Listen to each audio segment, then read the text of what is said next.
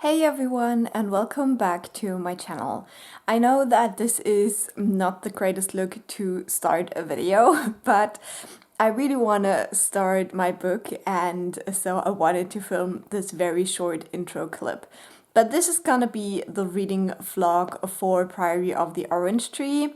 This is gonna be the first one of my 5 new author books that I want to read this year. I am excited, I'm also really scared, but I think, starting with the longest one, I think this is the longest one on my list, is a good idea. It is the one I'm most intimidated by, at least. So we're gonna start out with the big one, and I have downloaded it. I already read the first chapter, and the way this vlog will work is that I will update you at the 25% mark, the 50% mark, the 75% mark, and when I finished it. And I will do non-spoilery thoughts and spoilery discussions, but I will always tell you which part is which. You will also find chapters, so you can jump over the spoilery parts if you haven't read the book yet. And so I hope this will be entertaining. I'm, as I said, intrigued by this book. And yeah, I'll update you once I've hit the 25% mark, and I can tell you a little bit more about what's going on in this book, because right now I only know it's a big fantasy, it has a sapphic romance, and it has dragons. And I know that the romance isn't a big part of the story, so that's why some people were disappointed. That's all I know, and I'll let you know what this is really about once I got more into it.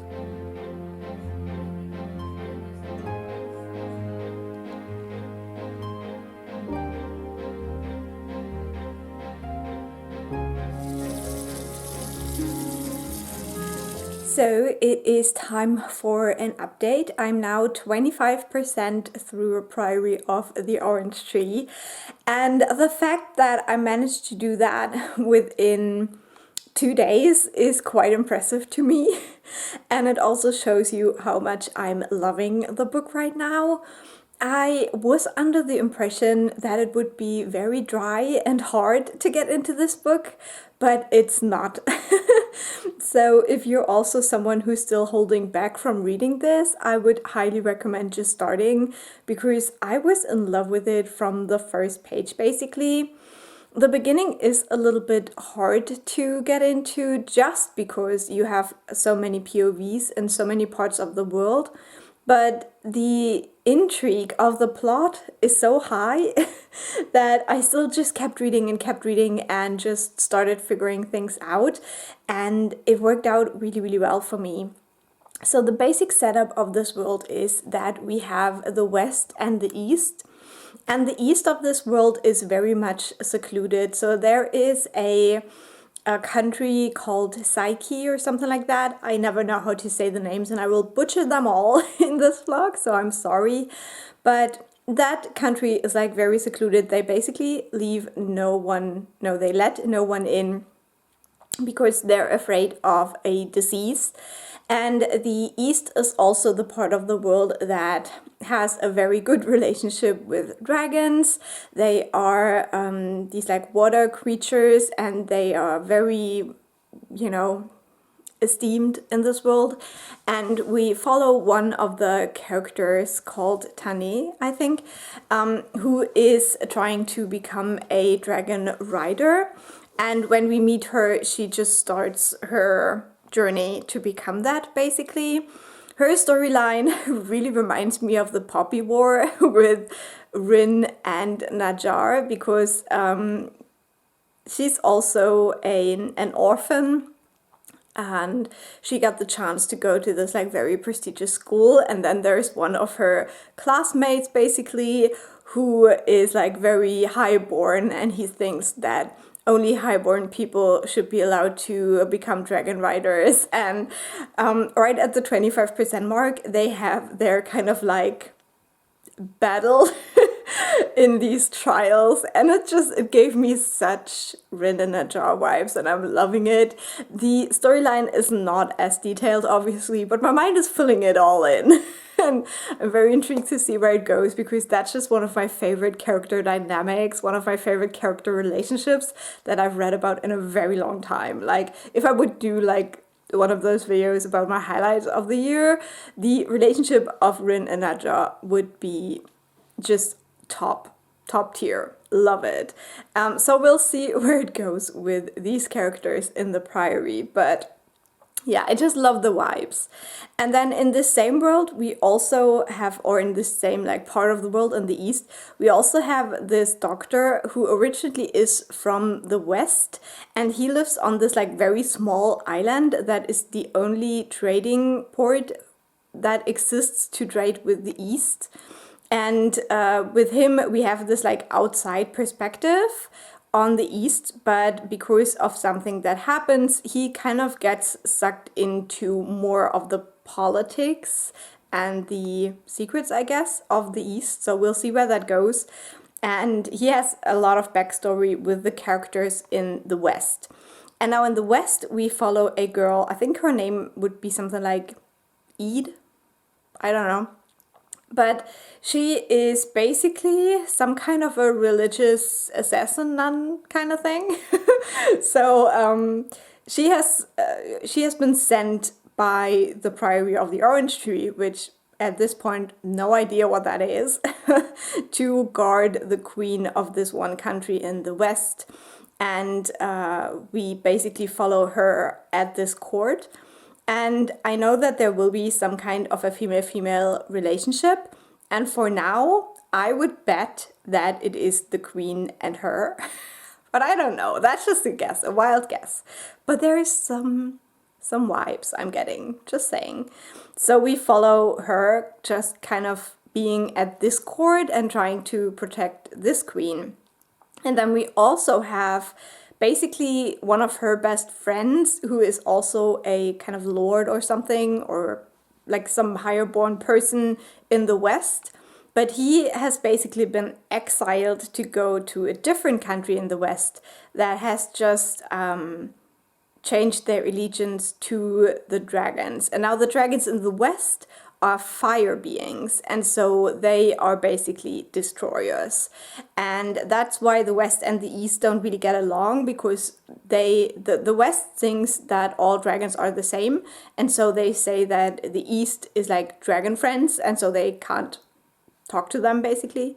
So yeah, I think that's so interesting to take this idea of like western dragons who are more like destroyers and beasts, and then the eastern dragons who are more like these like magical beings that bring you luck or something. I don't know. So I'm intrigued to see where that goes.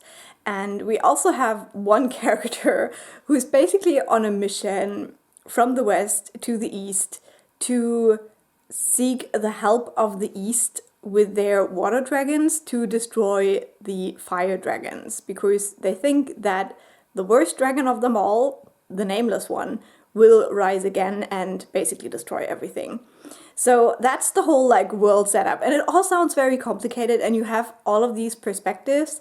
But as I said, the like intrigue is so high. Like I want to know so bad what happens that I just keep reading and reading, and it feels like nothing. Like once I sit down and start, I don't want to stop, and that is amazing. And that's what I did not expect about this book. So yeah, that's the setup. I think I will not do a spoilery part right here, because I don't think that a lot of the things that have happened so far have been, enough so that I could talk about them in a spoilery way. But I feel like I have a pretty good grasp of the world now and of the characters. I don't get confused so much anymore. I think maybe one thing. No, I still don't know where it goes. So we'll just leave it here without spoilers. I will talk spoilers in the next part once I have reached the halfway point. But for now, I'm just so intrigued. I love everything of this reading experience. And yeah, I just really want to know where this all goes. Like, what is the Priory of the Orange Tree? I have to know. Like, I have a little bit of an idea now. But what do they do, and why do they do it, and why are they such a secret? I'll find out, and I'll let you know how it goes.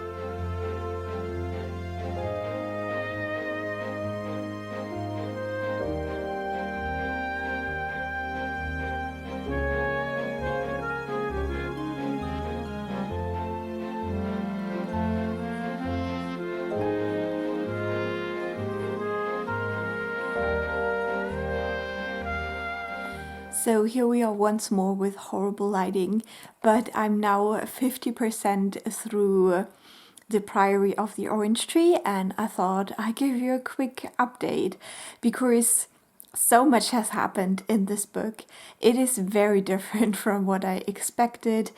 The storylines are so interesting, and one word that Samantha Shannon has never heard of is plot armor.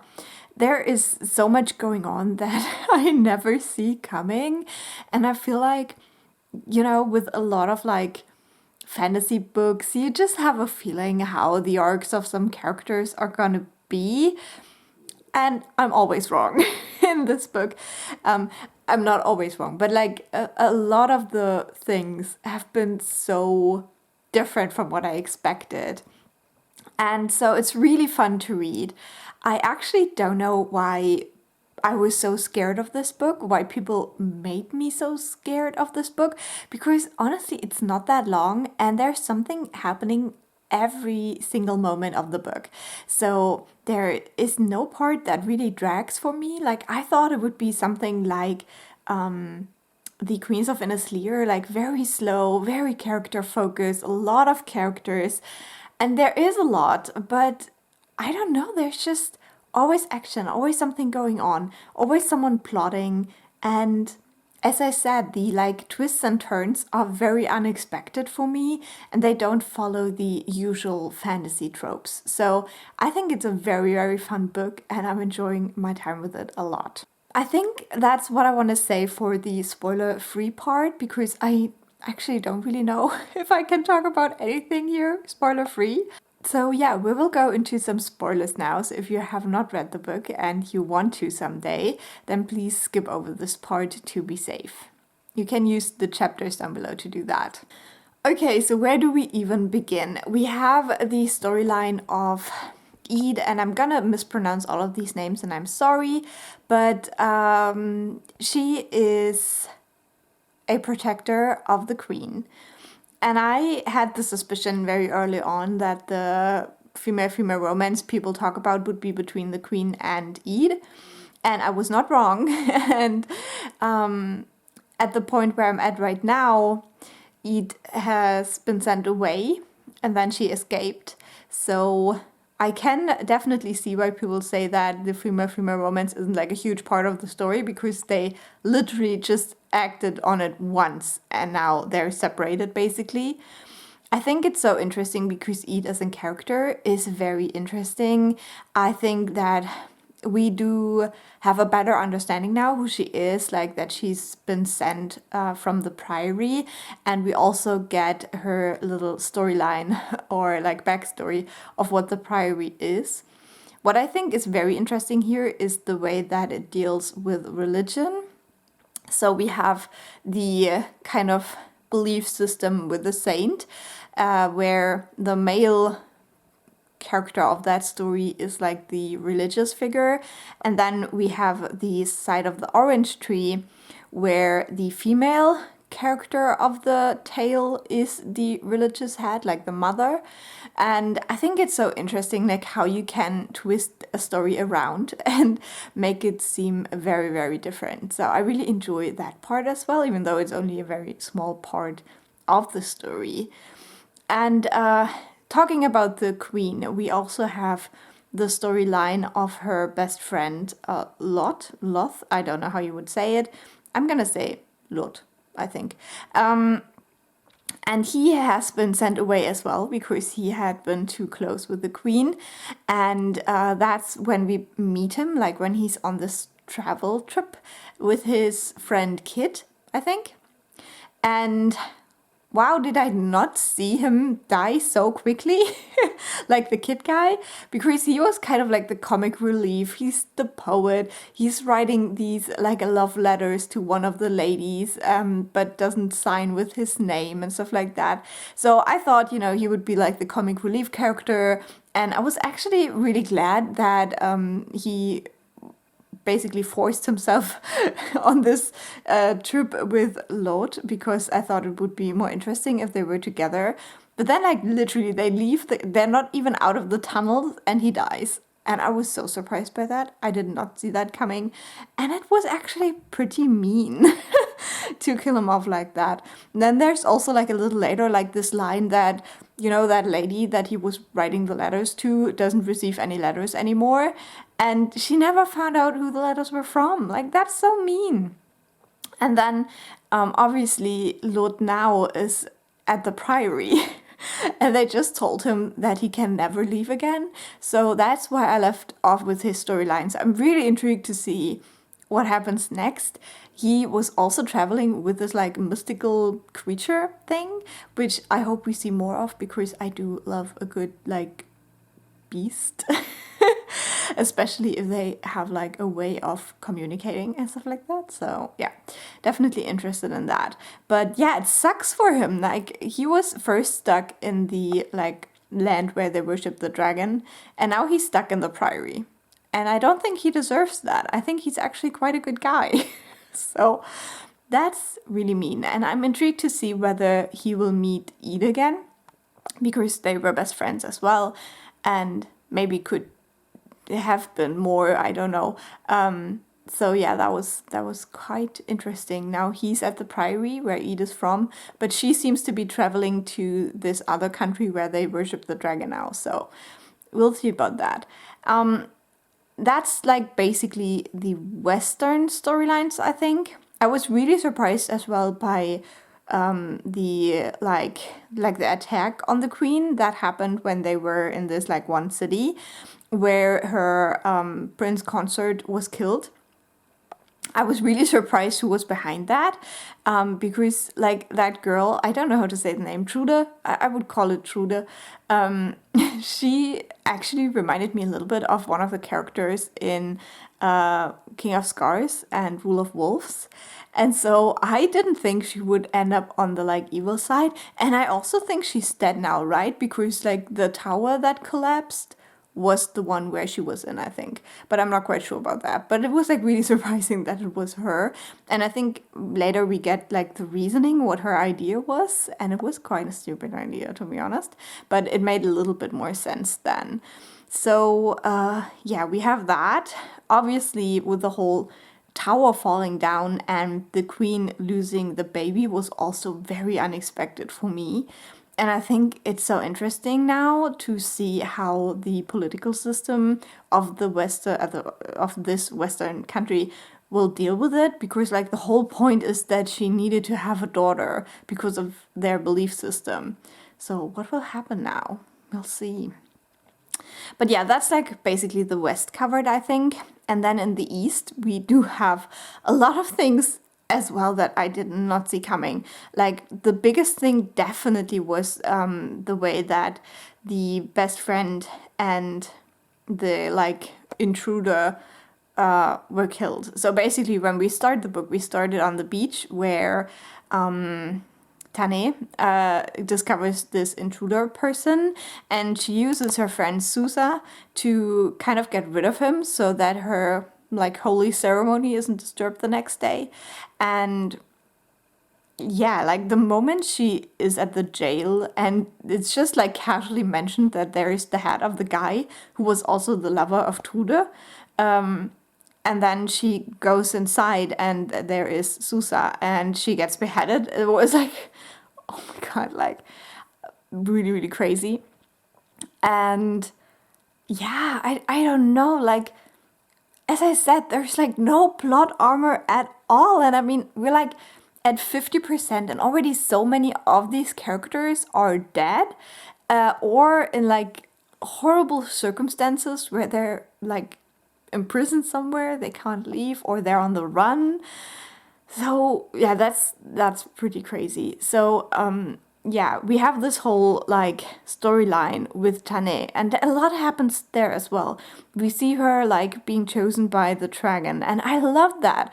I wanted to know so much more about the dragon, and I will actually be so pissed if the dragon ends up being dead, because the dragon right now is with the pirates, so they attacked the dragon and took him or her, and then there is also the guy who's in exile in this eastern country, and they took him as well, and now he's supposed to be the surgeon of the pirates, basically.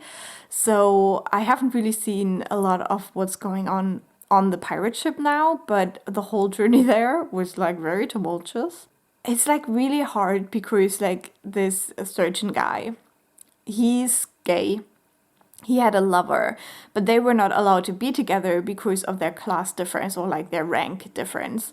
So when his lover died, he didn't really cope with it very, very well. And so he's kind of a sketchy character, to say the least. Like, he has one goal, and that is getting back to the West because he has to live in exile in the East, and he doesn't want that anymore.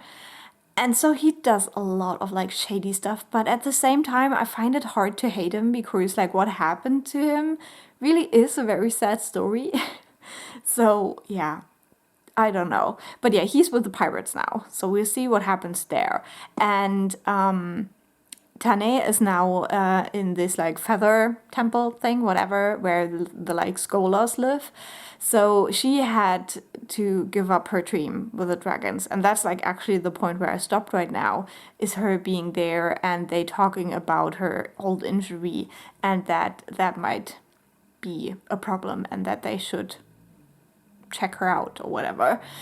And so I really hope that she will be somehow reunited with the dragon at some point, because yeah, it was just, I loved the way it was portrayed, like this symbiosis and the way the dragon treated her, and she obviously thinks the dragon is a god.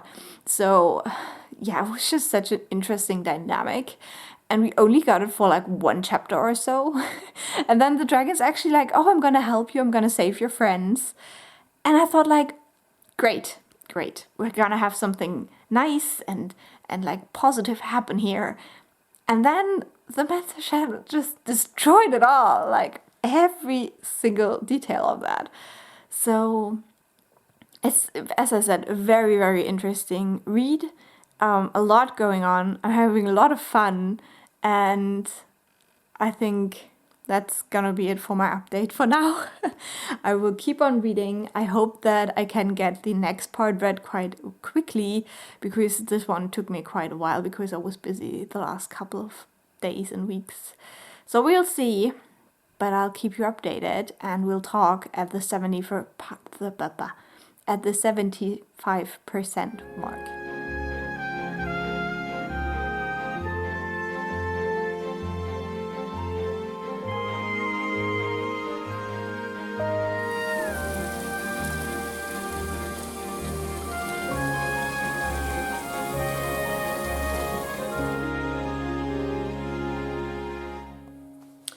So I am 75% into Priory of the Orange Tree, and I thought I'd give you a quick update. A lot is going on. I'm still loving the book. I think the last 25% were my favorite so far, because at the beginning a lot of things are going very wrong for our characters, and I feel like this is the first time where things start to turn around a little bit, where some things go according to plan, even though there is still a lot of obstacles, but we also have some reveals that are very fascinating. And yeah, I just loved the last part of this book that I read. And again, the way that religion is brought into it all, and the way that religion can base on the same story but just twisted a little bit differently. It's very intriguing, and obviously now at the point where I'm at, we get kind of the answer, so we know how these two kind of mythologies that are behind these religions came to be. And I think that's just very interesting. So yeah, I'm enjoying my read a whole lot. I enjoy the characters. I do enjoy the way that we have the female romance in this book. It is very important to the plot, but it's not that we see a lot of like cozy interactions, I would say. So it's definitely not in the way that, you know, sometimes in fantasy, the romance is like, oh my god, we're in such a terrible, dangerous situation, so let's make out. It's not like that, and I very much appreciate that. So yeah, I'm having a lot of fun with this book. I think I want to go into a couple of spoilers, not too many, but just a couple of things that I need to talk about now. So if you haven't read the book, jump over this part and I will give you my final verdict when I finish the book. But yeah, the biggest reveal I think that happened is the kind of origin of Sabran's family, how it came to be, and who the first queen of this kingdom was. And it's messed up, guys. It's so messed up. And I was very glad that Eid called it out, because yeah, that witch woman, she's messed up. So yeah, I was really shocked. Like, I was reading that chapter while I was cooking, and then, you know, right at the moment where she throws the mage fire, and then we see that the witch actually looks like Sabran. I had to stop reading to continue cooking my food because it was ready. So yeah, that was very mean. Like, my food was very mean in that moment. But yeah, that was such a big revelation, and just how it all fit together was pretty wild. And yeah, as I said, just the way that this inspired both of these religions is pretty crazy. So yeah, I'm intrigued to see how they get the sword back now, because yeah, a witch that can turn into a dragon and eat a sword does not sound like a very good idea. It is not very helpful for the cause. And then we obviously learn more about these, what are they, diamonds, pearls, whatever they are. And I think that's very interesting as well, because we get these little snippets of information that Clearland, I think, is the Western girl, and then this other queen, that they kind of hid those pearls.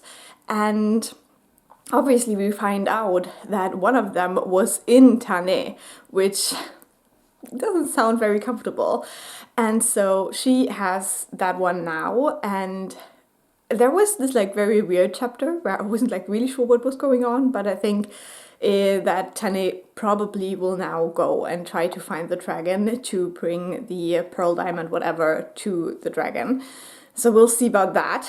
Right now she is in this repository, I think it is called, learning about the pearl. So that's where I left off with that storyline, but I'm intrigued to see where it goes next. Obviously, she has already now repelled one of the dragons with this thing. So it seems to be very powerful. So now the question is, how do the pearl diamond things get together again? Because right now one is with Tane, one is in the west with Eid. And then, oh my god, Eid, she got attacked by that other sister, and the whole backstory with her mother was also so heartbreaking. The way that this new prioress just confirmed that she killed her because she didn't like her politics. And Eid just walking away being like, yeah, but I cannot kill a sister. And I'm like, girl, that's not your sister. Wow. Yeah, I think Eid is such a fascinating character because she has so much self-control and such a strong inner compass. So yeah, I love reading about her. But now obviously she got attacked, so right now she's kind of in a coma. And I don't know what's gonna happen, because yeah, the poison should have killed her. So question number one, why is she alive? And question number two, will she wake up again? And if she does, how does it work? So yeah, a lot is on the line right now, I would say. I'm very glad that in this last part, a lot of the characters come together. We have Sabran, we have Margaret, we have Lot, whatever his name is. So they're coming back together and forming this group of people who are now set to save the world, basically. So yeah, I'm really, really enjoying it. I'm also very worried about Margaret. I thought oh my god, if they kill her off, I'm gonna be so mad. I will not have a second kid incident. Just saying. So I think that's all I'm gonna say for now. I'm very, very intrigued to read the rest. I really hope that I can finish it this week, and then I'll let you know what I thought about it. It's so exciting.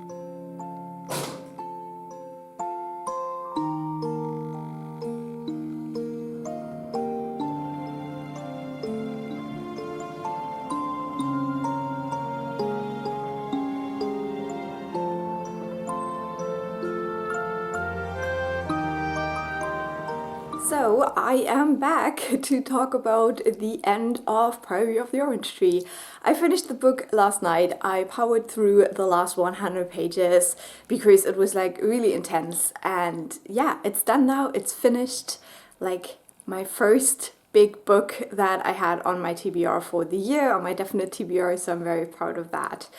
In the end, I decided to give Priory 4.5 stars. I really, really enjoyed it, but I don't think it will quite make it to my favorite books of all time. And I've thought a little bit about why that is, like what is the things that maybe I didn't love so much.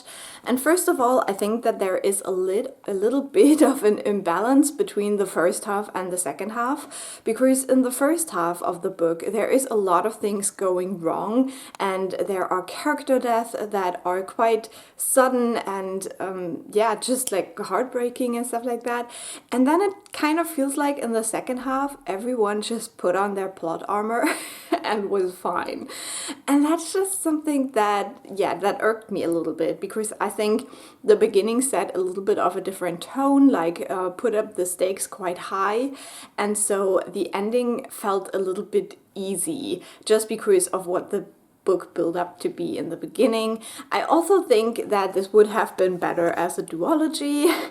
Not that I think that the book is too long per se, but I think that a couple of things could have been fleshed out a little bit more if it would have been two separate books. Like in Germany, it is actually published as a duology, so you have two books, but yeah, I think it could have just been expanded on a little bit more, especially like the world building and some of the like character relationships that we sometimes hear about but don't really see in the actual book. So yeah, it was a great read. I really enjoyed it. I would highly recommend it, but I don't think it is a perfect book. But it worked really well for me, and I can totally see that people who read a lot of grimdark and maybe even like the beginning are a bit disappointed by the ending, because as I said, it feels kind of easy in the end, even though I did like the way that just everything came together and all the characters kind of came together, and seeing that was like very satisfying for me personally. But I can totally see that for some people maybe the ending doesn't work so well. But yeah, as I said, I really enjoyed it. I think that there were a couple of missed opportunities as well for like symbolism. I really thought at the end someone else would be the one to wield the sword. If you know, you know. But I thought, yeah, they would go in a little bit of a different direction, but they did not. So overall, really enjoyed it, would highly recommend. I was so surprised how much I had fun with this book and how fast-paced it was, how action-packed the beginning of it all was. So I can wholeheartedly say this is a great book. So I think I will go into a couple of spoilers now for the end of this video. If you haven't read the book and you're skipping out now, thanks so much for watching. I really appreciate it. I hope that this video maybe inspired you to pick up Priory as well, especially if you've been scared like me. And yeah, have a lovely day. And thanks for watching. But for everyone who wants to hear those spoilery thoughts as well, let's get into those. Now, for the ending, I actually thought that Sabran would be the one who wields the sword. I thought that would be like where the story is kind of leading, because you always have the three parts, like you have the hawthorn and the mulberry and the orange tree. And so yeah, I really thought that in the end it would be all three of them, because they're kind of like the end of the line, if you want to say so. So you have Tane and the, what was it, the mulberry tree, then you have Sabran and the hawthorn, and you have Eid and the orange tree. So I thought, you know, that would be like a nice little triangle there. But no, it was Eid in the end, and I do not really know why it was built up in that like triangle sense before, if then it's basically all Eid and a little bit of Tane. So yeah, whatever. That's just what I thought. Apart from that, as I said, I was a little bit annoyed that suddenly all of our characters had some kind of blood armor. Like even the head of the guard who is engaged to Margaret survived, which he would have been a character that would be kind of easy to kill off and get some kind of like a sad reaction. And it was just, the ending was a little bit too happy for me, if that makes any sense. But not because I don't like it when things have an happy ending. I actually really enjoy that. But just because the book built it up to be something different. Like the start of the book with like Kid dying, for example, made me think that this would be a trend that continues, like stuff going wrong, people dying, it is war. But that's just not where the book went for some reason. So these two parts just felt kind of, yeah, different. Apart from that, or just like one more remark for that, at the end when we are in the last chapter about Lot, he thinks about like, yeah, one of his best friends is dead now.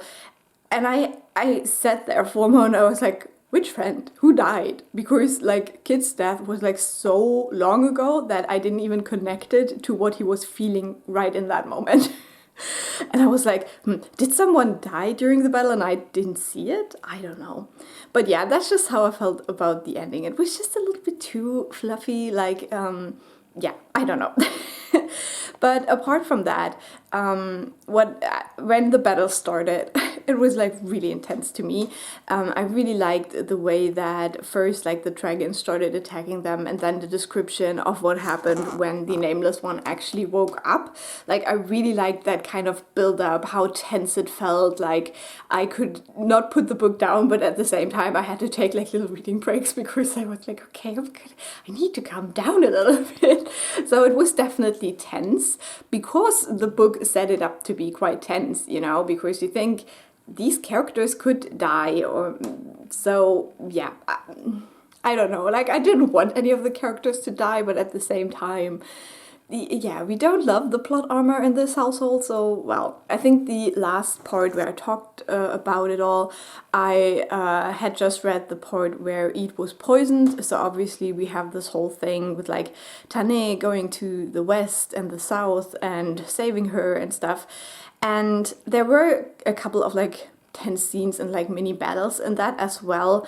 But as I said, I just kind of lost that feeling of like things can go wrong at this point, because you see the direction where it's going and you're like, okay, like this is the plan and this plan has to work, because if it does not, then where would the book end? And I thought that took a little bit of the tenseness out of it, and that really came back for me personally when the like last battle scene started, when everyone was in place and you're like, okay, now is the time where things could go wrong again. But it was like very clear that Tane had to get to the court because she was the only messenger who could say, yeah, we're doing this. And also like the jewels had to be, you know, placed together and whatever. So yeah, I just felt like there was a little bit of a lull just because it was very clear that from now on some things just have to work out or it wouldn't make sense for the book. But yeah, I just really enjoyed it. Maybe one thing I would have liked to see a little bit more of is the relationship of the Don Mata, whatever her name is, and Lord. That would have been nice to see them interact again for a very short time maybe. But yeah, I was satisfied with the ending, but I can totally see that if you're like reading darker books all the time, that this ending might be a little bit too fluffy and light and not satisfy you. So that's my overall thoughts. I don't want to drag this out for too long because my vlogs always are too long. So thank you so much for watching. Leave a like if you enjoyed it, and if you've read the book, definitely let me know what you thought of it. I would love to hear it.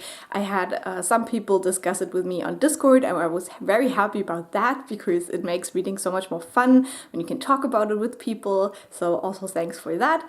And yeah, I will talk to you very soon. Bye!